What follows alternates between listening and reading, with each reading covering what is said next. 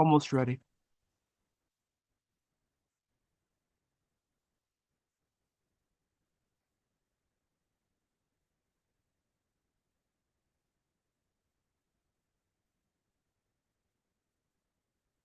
Yes, okay. Almost ready. Almost ready.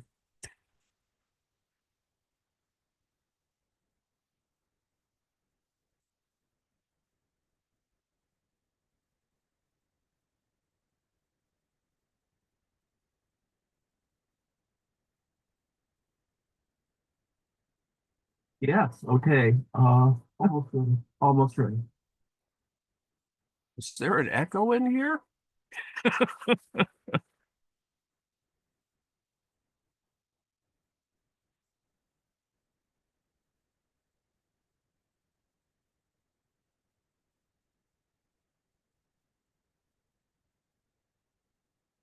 Okay. Well, welcome to a late weekly Marx. I am technically saving the live stream so others who have came by and missed this can get back to this. I'll probably talk about this tomorrow at 3 p.m. anyway. So, Fragment on machines. So, having plowed through a variety of things, there's an audio available from the Fragment on machines is a part of the Grundrisse. It is something that gets incorporated, so they say, into um, book one, volume one, chapter one of Capital after, I think, the second edition. So I'm not, trying to do my best imitation of Heinrich here.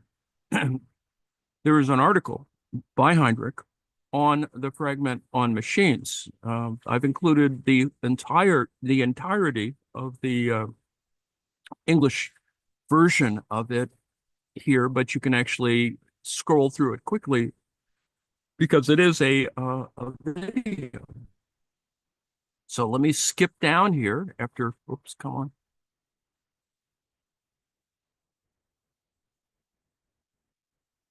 Essentially what we're doing is looking at a Heinrich article. I'll go through that, but the Heinrich article is actually kind of interesting in the sense that the Fragment on machines overlaps with a variety of other kinds of ideas. It has embedded with it, partly because it is the Grundrisse, that is an earlier document, and represents, as Heinrich says, actually two different types of sets of manuscripts. So therefore, certain other ideas have evolved from this one little fragment, this manuscript piece here. Come on. It's not really that long. I think it comes out to 11 pages in print form. At the end is another video by a fellow who seems to have gotten himself a great deal. He, speaking of Texas, I guess he still holds his professor position at the University of North Texas in Denton, but he also managed to get a big federal grant to do something, God knows, in Pakistan. So he has a sort of joint appointment, and it seems like an interesting guy. Although, if he got a federal grant, who knows exactly what he's doing, considering Pakistan. But anyway, he does a video at the end where he talks about the Fragment of machines, or more appropriately, what his Marx's commentary with not that much of a reference on general intellect means. Throughout the entire piece here, there is a question that Heinrich says, well, all these other people make this noise about it that he doesn't really think is that valuable on the general intellect. Well, others, I think, would say that the idea of a general intellect, it has something to do with knowledge, and a more, not necessarily universalized in the Hegelian sense, but is the store of knowledge, common knowledge, the knowledge of normal science, if you will. So there's so many other possibilities for the interpretation of this one little fragment that doesn't carry on because it supposedly gets integrated into the book one. So it's like this interesting little side thing, but everyone keeps writing about it and commenting on it because it does have this side question about what counts as knowledge, as the general intellect. So if you plow through it, you get through a lot of things in this one little piece that, as they say, gets integrated into book one. The point that Heinrich makes in this article is that, is his usual riff on, what is or isn't the the accurate stuff that gets produced by Marx. Considering that Capital Volume 1 really is the main object, and it has all of these other possibilities, but made problematic by the manuscript construction. So I'll go through this. It seems a little tedious, but it's really, to me, it's worth it because it does distinguish between two general kind of objectives that are run in parallel. Who'd have known from Marx.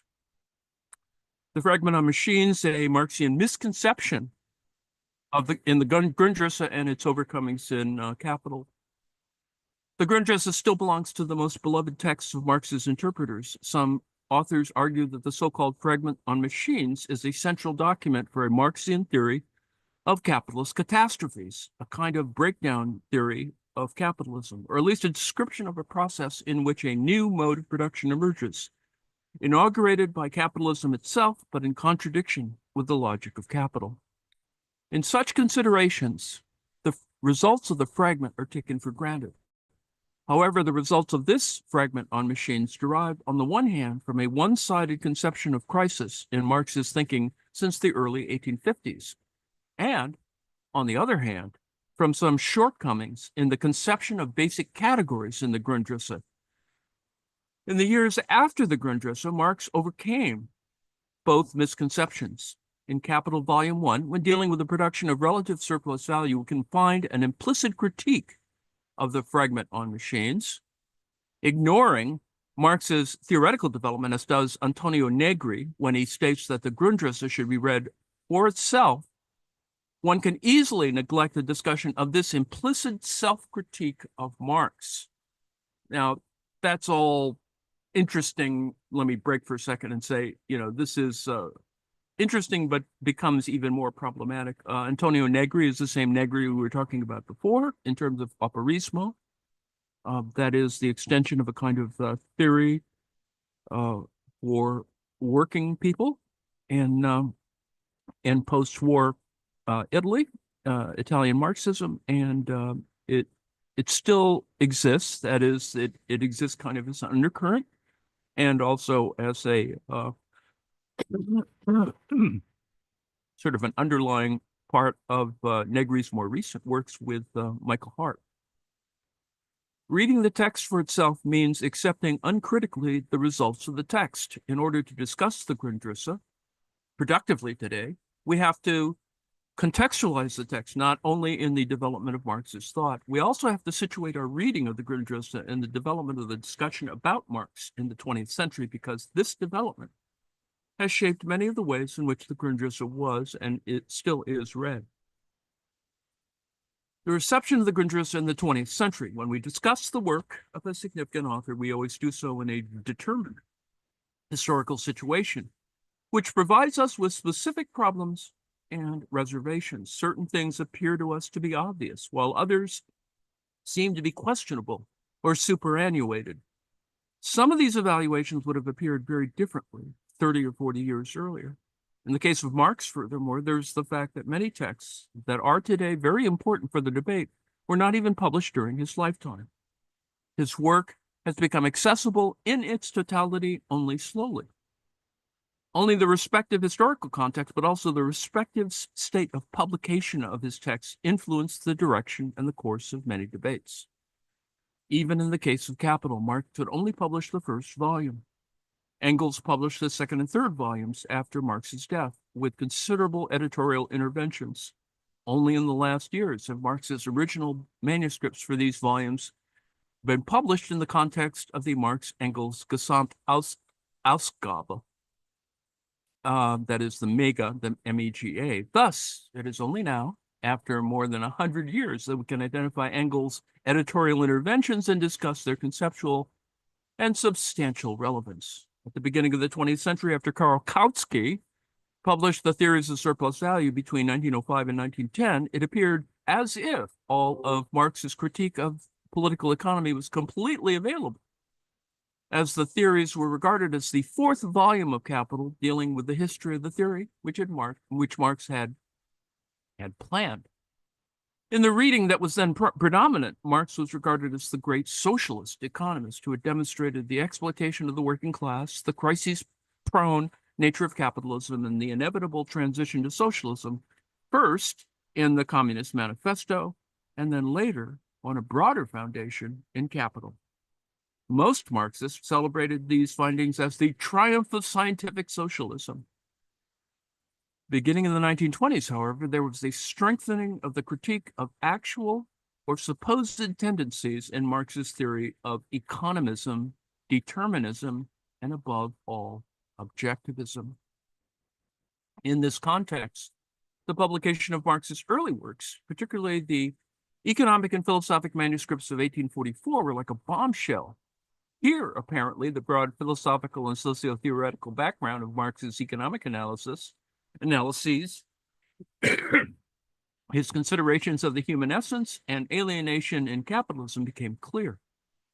The objectivism that has previously been so roundly criticized, along with the lack of a theory of the subject, could, so it seemed at least, be overcome on these foundations. This transformed perception was not a purely inner theoretical phenomenon, but the result of a determinate political reading, which in different ways was deployed against the tendencies toward petrification and dogmatism of so-called official party Marxism. Fascism and Stalinism, however, made it impossible for the discussion that began in the early 1930s to develop in a significant sense. Yeah, because of Stalinism.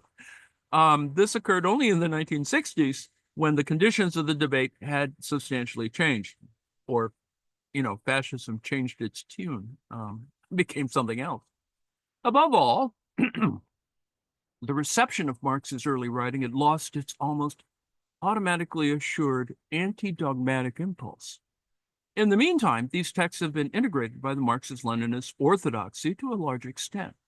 When, for example, Louis Althusser in 1965 criticized Marx's early writings as ideological and introduced the specific form of scientificity of Capital, this was also a critique of this orthodoxy.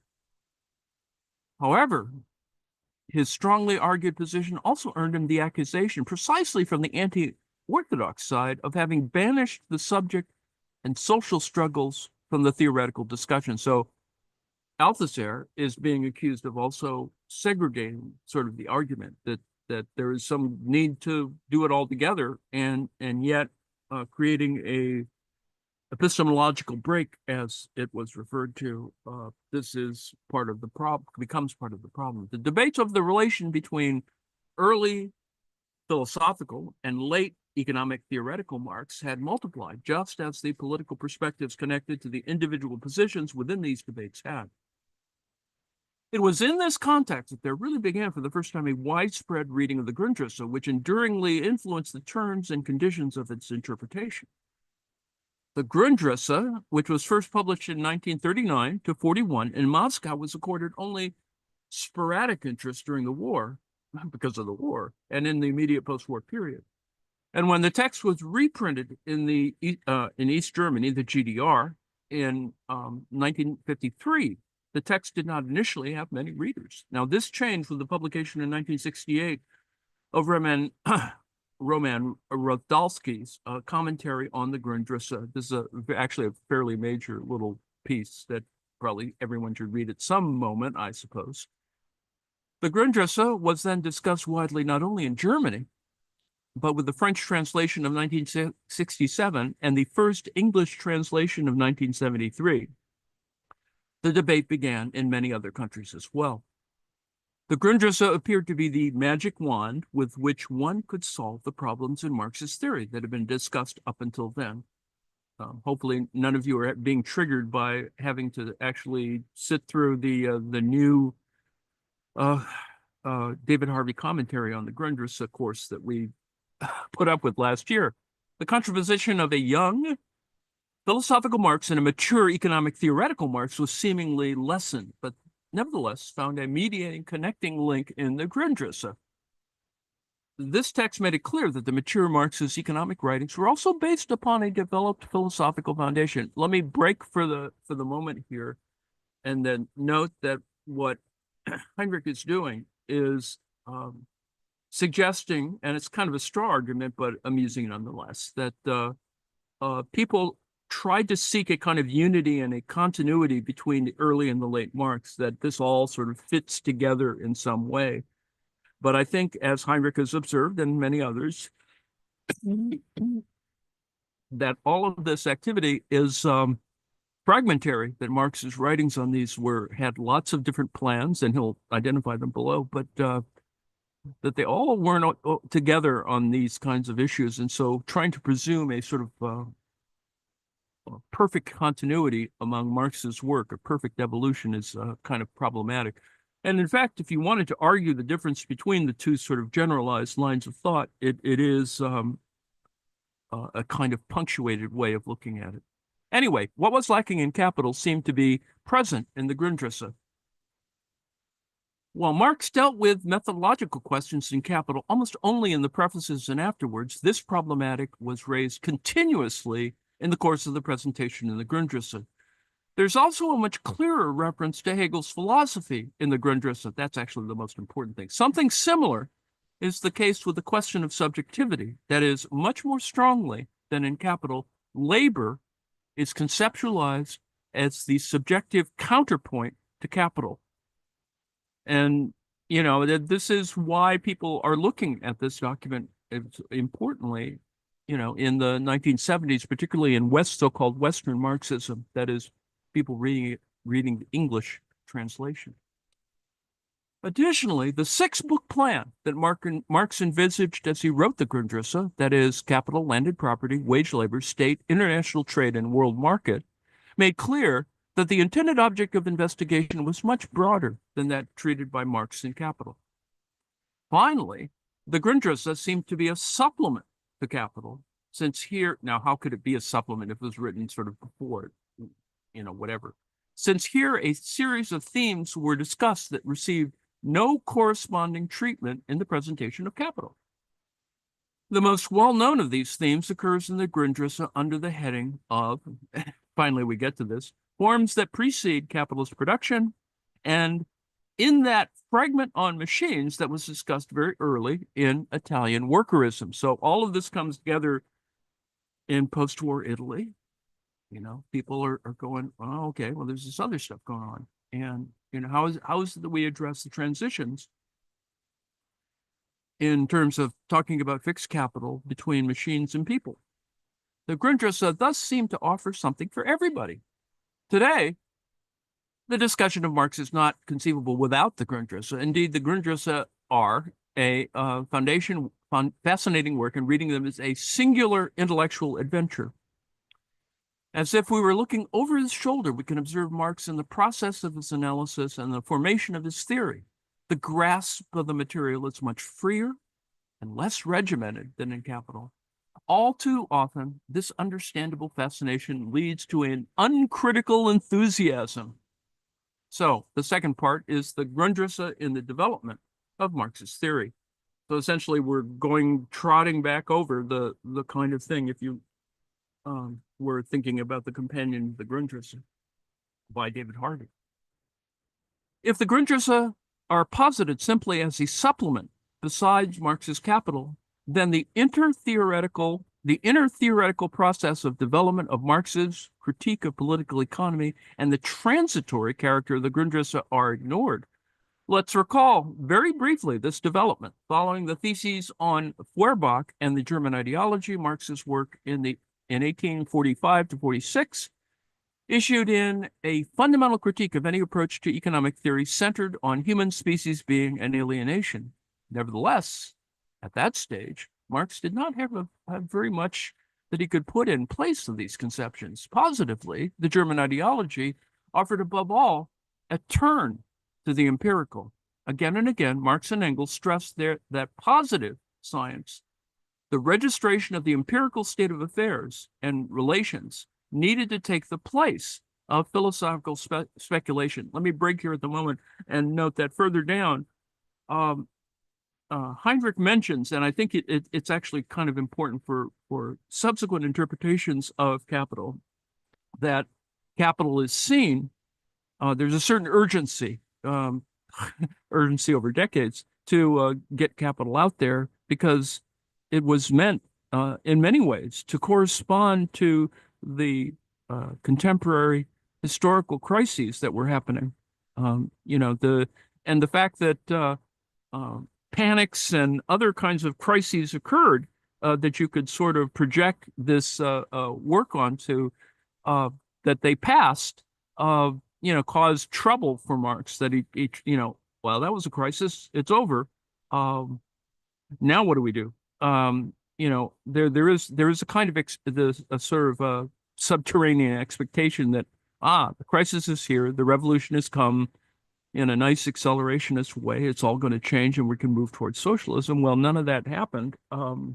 Although you can see that it's happening at a rate that is, in terms of Marx's lifetime, that you have these kind of expectations sort of they arise again. For example, in the 1870 Paris Commune. Back to the text. Against this background, Marx accepted the political economy of Ricardo and the class theory of French historians as substantially correct descriptions of capitalist reality. In his engagement with Proudhon in The Poverty of Philosophy, 1847, Marx continually praised Ricardo in the highest terms for the acuity of his analysis. In the Communist Manifesto, Marx referred without hesitation to the bourgeois class analysis that can be found in French historians such as Guizot or Thierry in their analysis of the French Revolution. The only thing that he found in Ricardo to criticize at this point in time was Ricardo's conception that capitalism was not a historically determinate mode of production, but rather an eternal, quasi-natural form. Something similar is the case for class theory. Marx did not claim that he discovered the existence of classes in the class struggle, but rather that the class struggle must ultimately lead to a classless society. In the second half of the 1840s, we find in Marx a critical deployment of the given bourgeois political economy and class theory, but still no fundamental critique of the categories of political economy. This critique was developed only after Marx's forced emigration to London. Here in the heart of the capitalist world system, in that period, the 300-mile limit around Dover, and with the help of the enormous stock of books of the British Museum, Marx started his economic studies again from the very beginning, as he himself emphasized in the 1859 preface of Contribution to the Critique of Political Economy. Only now did he begin to develop a critique of the categories as well. Initially, Marx criticized Ricardo's theory of money and rent as he progressed. The critique became increasingly fundamental. When Marx wrote the introduction in 1857 and thus began the Grundrisse, this was not only the beginning of a development of his critique of economics that would eventually lead to capital. It was also, and above all, an inventory taking of what he had achieved in terms of theoretical insights in the previous years. The attempt to set down these insights in a coherent way, however, still entailed a daunting process of research during which Marx came up against more than merely one theoretical lacuna, that is, one gap. When Marx began the Grundrisse, he had already amassed the material for his planned economic work, but still far from a finished concept. The Grundrisse, in fact, has no genuine beginning. A critique of Daimon, a student of Proudhon, who wanted to overcome capitalism by means of the monetary system, indiscernibly passes over into an engagement with the categorical foundations that are necessary for such a critique. So, that's a theoretical gap. Here, we can clearly see that Marx still had serious difficulties with the categories of value, money, and exchange. A close reading of the chapter on money clearly shows that it's not yet a unitary attempt at presentation, but rather a superimposition of numerous continuously renewed attempts at presentation. That Marx, despite these unsolved problems, did not fall back into yet another research process, was due to an external motive, the world economic crisis that commenced in 1857. Marx had been impatiently waiting for years for such a crisis, anticipating that violent economic tremors and revolutionary revolts would follow in its wake. See, Marx is a, kind of an accelerationist at his core. His book had been supposed to provide support for the revolutionary movement, and now Marx feared that it would be too late. During his work on the Grundrisse, there's a whole thing that you could do there. During his work on the Grundrisse, Marx made enormous advances in his knowledge. His analysis, however, also had significant deficiencies, which many enthusiastic readings do not seem to discern.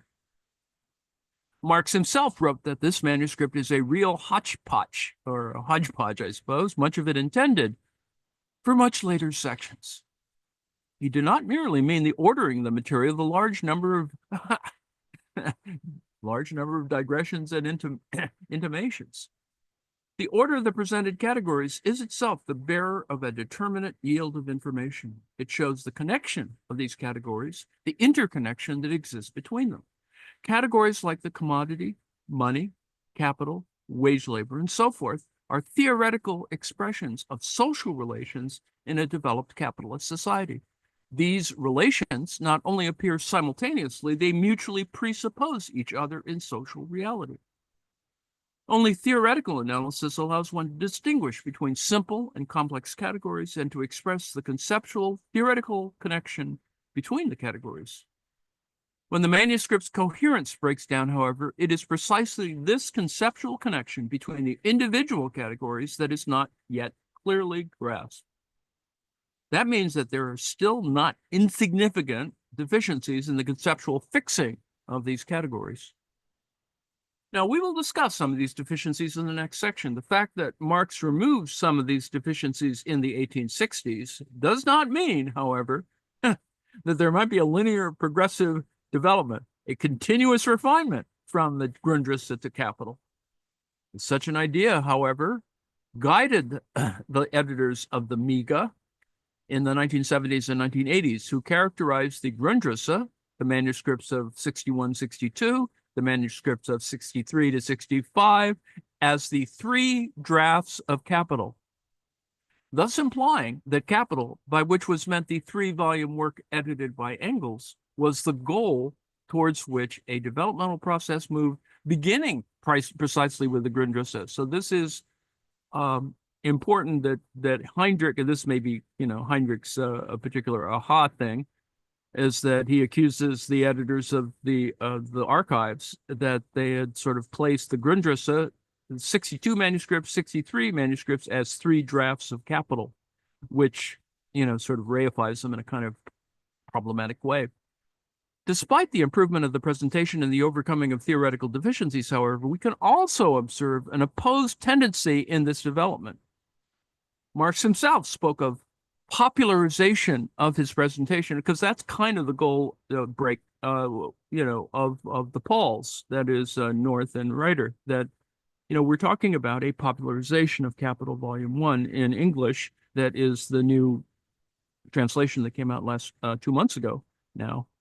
And, that popularization is a kind of goal of this. So a first popularization can be observed in the contribution to the Critique of Political Economy of 1859. A second attempt at popularization occurs in the second edition of Capital Volume 1. Note that Capital Volume 1 second edition is the one from which the Pauls have done their English translation. And the contribution to the Critique of Political Economy is one of the first, this may not seem trivial to you, but in many Marx courses in the 80s, I think, the contribution to the Critique of Political Economy of 1859 is the one to which many people went to as the kind of pivotal text before looking at Capital. These popularizations have their price. Determinate conceptual contexts are sometimes obscured. Other connections no longer appear in capital, such as, for example, the transition from money to capital. Thus, Hans Georg Backhaus and Helmut Reichel, in particular, have understood this development from the Grundrisse to capital not as an improvement, let alone a refinement of the presentation, but rather as a tale of decline away from an originally very strongly composed presentation. Both positions, the idea of a continuous refinement, as well as that of a constant theoretical regress, seem nevertheless to be inadequate. This is not only because both improvement as well as deterioration can be observed, but above all, because in this way we neglect the path from the Grundrisse to capital witnesses not only transformations of individual aspects, but also of the fundamental conceptual questions. The six-book plan, as well as the concept of capital in general, Marx develops both during his work in the Grundrisse and redeploys them in the manuscripts of 61, 63, is given up.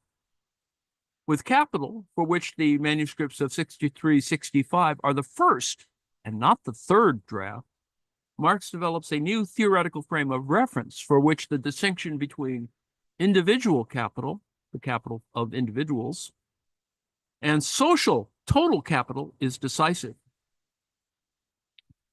Instead, we have to distinguish between two projects, and this is probably the core point of this little piece by Heinrich. Critique of Political Economy is one different project for which two drafts exist, the Grundrisse and the 61 to 63 manuscript, and Capital in 4 books as opposed to 6 books with 3 drafts, manuscripts of 63, 66 to 71, including the first edition of Capital Volume 1 and the manuscripts of 71 to 81. No comment here, of course, on the infamous sort of treatment by Mosley of the 64. I hear someone snoring. Of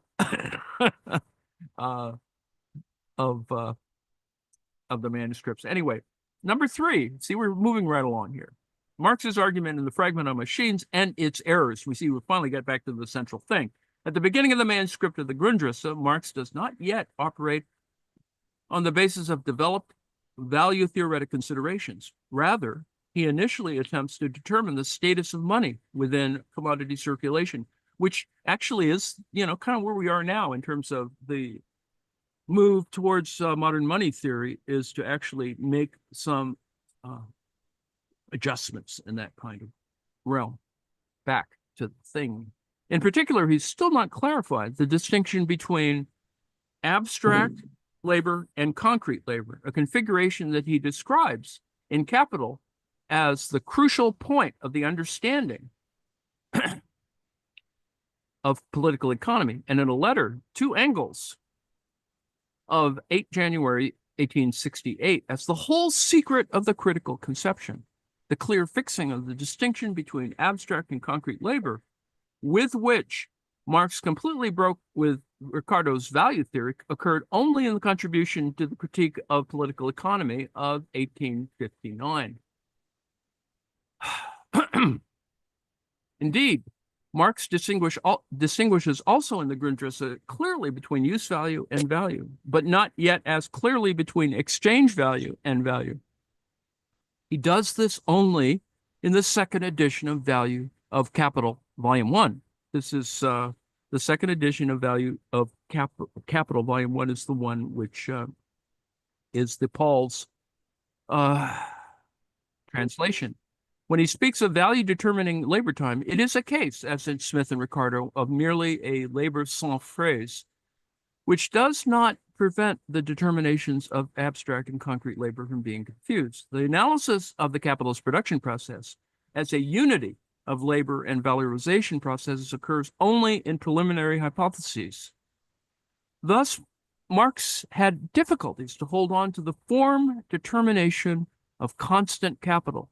So they frequently went back to the question of how is it possible that labor can both add new value and also carry over the value of the utilized means of production onto the product. Now, this all gets solved by, making some decisions about accounting and a variety of other stuff. But, Marx is sort of puzzling through this for a variety of reasons. The back and forth of Marx's attempt at explanation, now with form and substance of labor, now with quality and quantity of labor, is exclusively analyzed in a volume published by the project group Entwicklung des Marxist Systems, the project for Marxist for the study of Marxist system. I'm trying to find English versions of this, and it's still becoming daunting. As Marx still had problems with the concept of constant capital, he saw the actual capitalist form determination of the means of labor only in the category of capital fix. That is, of a form determination that contains the means of labor only in circulation. Thus, the much discussed fragment on machines occurs in the section on the capitalist circulation process, although problems are treated that really belong to the analysis of the capitalist production process. Marx initially maintains that the means of labor in the capitalist production process passes through a series of metamorphoses until it ends up as the machine, or rather as an automatic system or machinery. So there's a kind of, as a sad analogy to the Borg, that is, there is a certain efficient assimilation of other technologies, and it's vampiric in that particular sense, but also Frankenstein's machine sort of stuff revisited, more metamorphoses where machines and humans come together. Here, the activity of the worker is also transformed. It is determined and governed in every aspect by the movement of the machinery, not vice versa. This entire development, Marx argues, is not a matter of chance for capital, but the historical transformation of the traditional means of labor as handed down from the past into a form adequate to capital. The accumulation of knowledge and skill of the general productive forces of the social mind is thus absorbed in capital as opposed to labor, and hence appears as a property of capital, more precisely of fixed capital, to the extent that it enters into the production process as a means of production in strict sense. So all of that yammering there is essentially about I would like to think, it is simply the building up of support of infrastructure knowledge for the operation of the machines. Even though the machines do not necessarily determine their process, it's pretty clear that interaction, that is engagement of humans with machines, is part of how we develop constant capital. So, and without being too horribly snippish, it is about reading the effing manual. Ultimately, the construction of things like the manual at all are actually kind of important for the body of knowledge in order to not only build the machines or assemble the machines, but also operate the machines. And so there is this well of knowledge that's being created, and that it functions, without extrapolating too far, as a much more ephemeral, still has to be written down, and that accompanies the very fixed capital of machines. Shortly afterwards, Marx summarizes thus: hence, the full development of capital only takes place, or capital has only posited the mode of production corresponding to it, when the means of labor is not merely formally determined as fixed capital, but is superseded in its immediate form, and fixed capital confronts labor within the production process as machinery. The entire production process then appears no longer as subsumed under the immediate skill of the worker, but as technological application of science. So here we see a degree of abstraction occur, or more, implementation, if nothing else. Capital thus tends to impart a scientific character to production, and immediate labor is reduced to a mere moment of this process. So you could say, and that's not what he's saying here, but you could say that if you were carrying on the kind of anti-Luddite kind of critique, is that this is the kind of recognition that there is a social process that that is a set of social relations that goes on with the operation of fixed capital like machines. So that's the reason to throw your shoe into it, and not just because you hate it. In the 19th century, a contemporary observer would not fail to note that machinery had an increasing significance in capitalist production, that the application of science was increasing, and that the individual worker played an ever smaller role. The fact that Marx here notes these developments is no particular analytical achievement. Such an achievement would only consist in the ordering and explanation of this process. Now, this is where it moves around a bit. Marx treats these developments as a process that capital necessarily produced.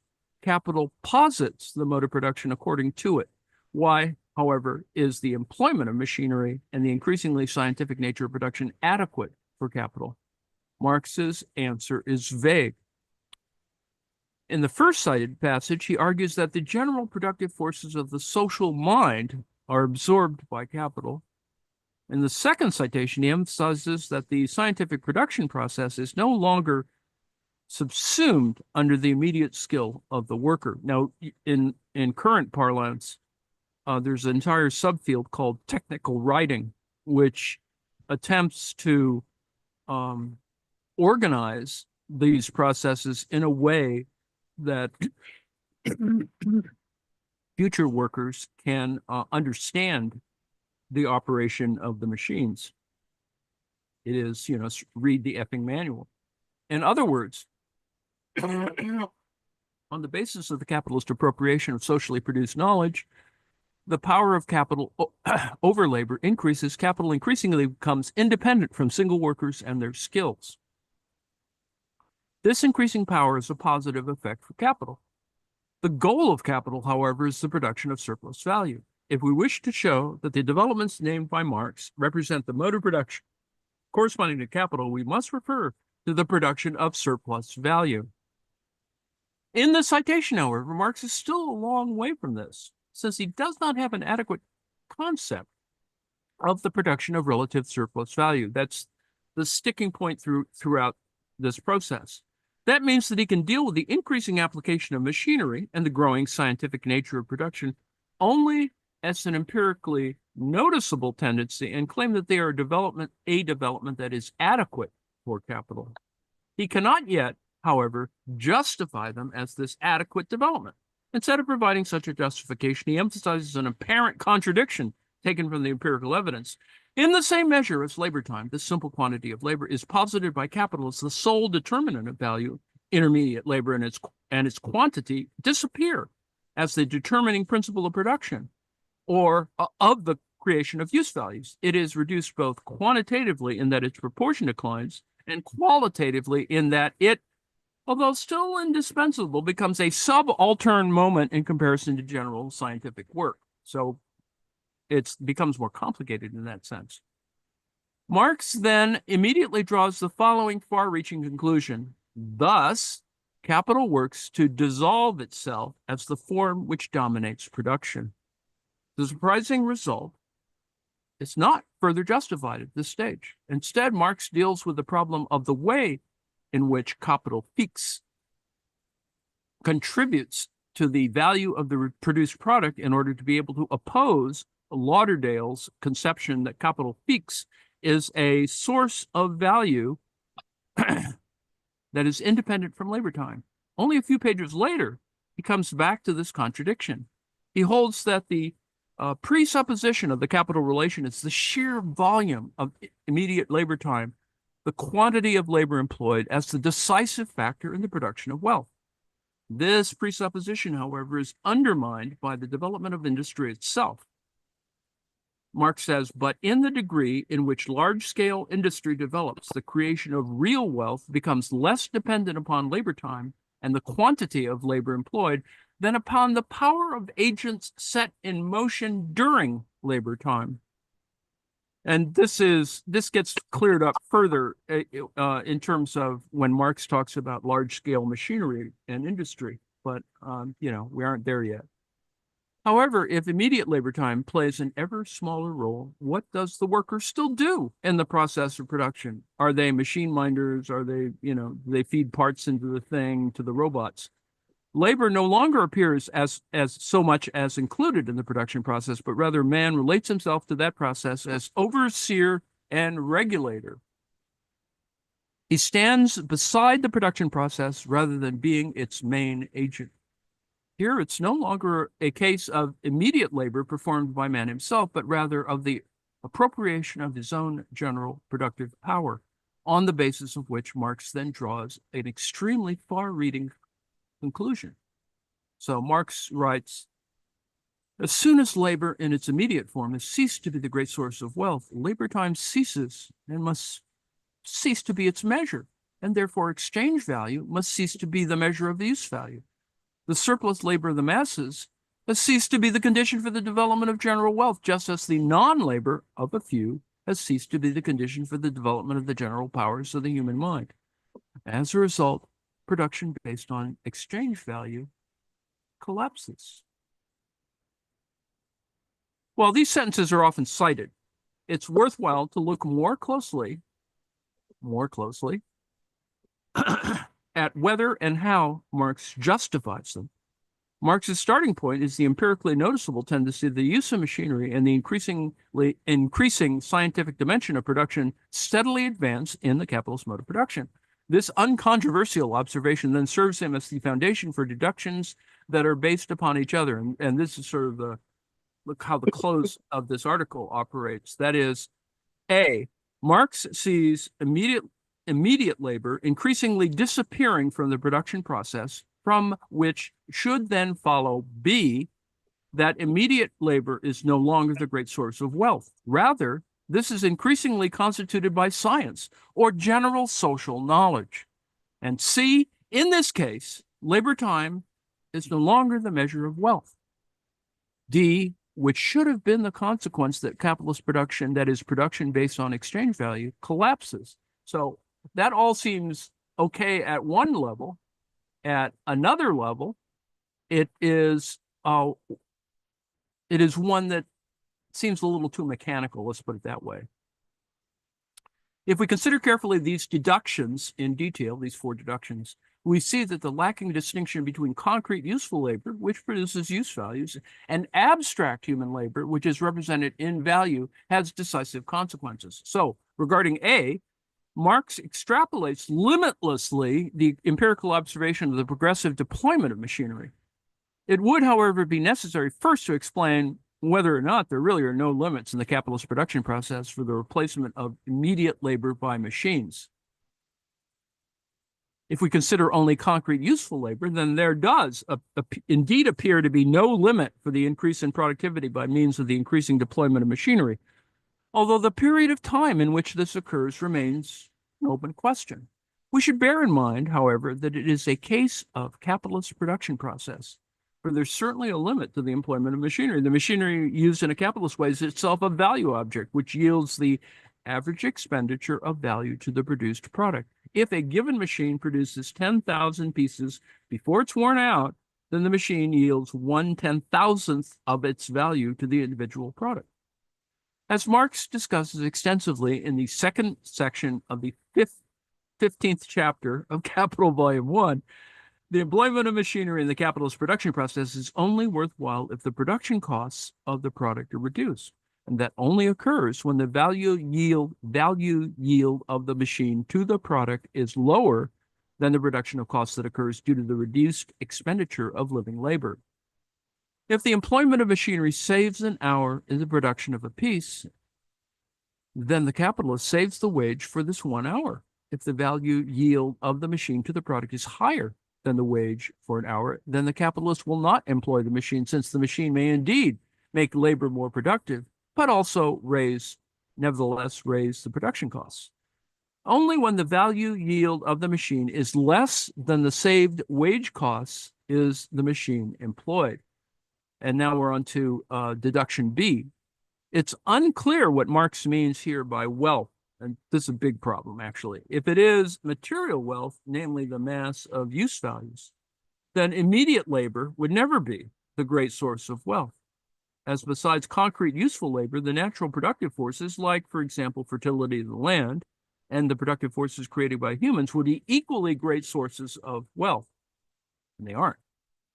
However, if Marx means here the social form of wealth in capitalist societies, that is, the value of the immense accumulation of commodities, then this value is a representation of abstract human labor, which has produced the commodities. So in other words, we're moving towards something abstract, something more generalizable. Here, it is not important which part of this abstract human labor is an expression of the immediate labor that was expended in the last production process, and which part is an expression of the labor objectified in the machines, the value of which is carried over to the product. Even if an increasingly larger part of the product's value is traced back to the value transfer by the used machines, abstract labor remains the substance of value. So there is a kind of extraction and a creation of something in this abstract labor process. Now, we're on to deduction C. Regarding C, if, however, abstract labor remains the substance of value, then labor time also remains the immanent measure of it, even if the immediate labor time in production plays an increasingly reduced role. So immediate labor time was at any rate never the measure of value. Immediate labor time is that quantity of concrete labor that is expended by an individual producer. So, he's trying to explain how is it that, and because he'll eventually get to labor power as a way of bridging the problem in terms of abstract labor. However, the individual expenditure of concrete labor time does not form value. Rather, value is formed by that quantity of abstract human labor that results only from the average social relations. Remember that Marx is trying to calculate a way in which to talk more generally, and hence focuses on the question of averages. That's why he, and using averages and ratios, which is what he does, in subsequent volumes, and because that's sort of the extent of his math. Regarding D, if labor time remains the immanent measure of value, if labor time remains the immanent measure of value, then the argument given by Marx for his last deduction, the collapse of production based on exchange value, is no longer valid either. Indeed, with this last deduction, it remained completely unclear from the outset how the difficulties of measuring value, insofar as this is supposed to occur, should then lead immediately, how is it that you get to the collapse of capitalist production? Does it, how does it wither away? Above all, the weakness of the last deduction is clear, and it's amazing that Marx himself did not notice how weak the argument is. An explanation lies in the conception of crisis with which he operated before the drafting of the Grundrisse. The Communist Manifesto claimed that the commercial crises, by their periodical return, put on its trial, each time more threateningly, the existence of the entire bourgeois society. Some years later, Marx and Engels then claimed a close connection between crisis and revolution. A new revolution is possible only in consequence of a new crisis. It is, however, just as certain as this crisis, which kind of tells you nothing. That Marx, while composing the manuscript of the Grundrisse, saw in crisis not only the catalyst of a political process, but also the beginnings of an economic collapse, is clear from an early draft plan. But it's like that New Yorker cartoon, with all the equations, and then a miracle happens somewhere in the middle of the equation. Thus, there he writes, crises, dissolution of the mode of production and form of society based upon exchange value. Well, that's easy for you to say. At the beginning of his work on the Grundrisse, Marx was convinced that the crisis would lead to the dissolution of the capitalist mode of production. And then finally, in the course of its development, this mode of production would finally collapse. Now, as the first great crisis of the world market had begun, that would lead to the deluge, he had only to sketch out the mechanism that formed the basis of this process. We know, however, that something very different occurred. Although the first genuine crisis of the world market occurred in 1857 to 1858, it was neither a catalyst of revolutionary unrest, nor did it announce the collapse of production based upon exchange value. On the contrary, the crisis was quickly over, and capitalist production emerged from it strengthened.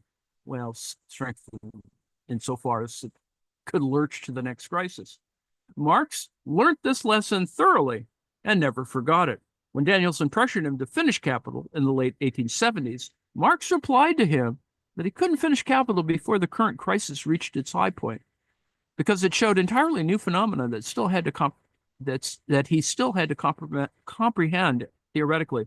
So note, of course, Paris Commune, French stuff, wars, etc. There's stuff going on here, and Marx is hesitating. Nothing is left of any ideas of collapse or of his fear during the composition of the Grundrisse that he would be too late for this book. Genet's riddle and its solution, part 4, the phenomena that Marx analyzed in the Grundrisse in relation to capital peaks appear in Capital Volume 1 in different places as a component part of the investigation of the production of relative surplus value, a category that was only present in a rudimentary form in the Grundrisse, but which is developed in Capital on the basis of a precise distinction between concrete useful labor and abstract human labor.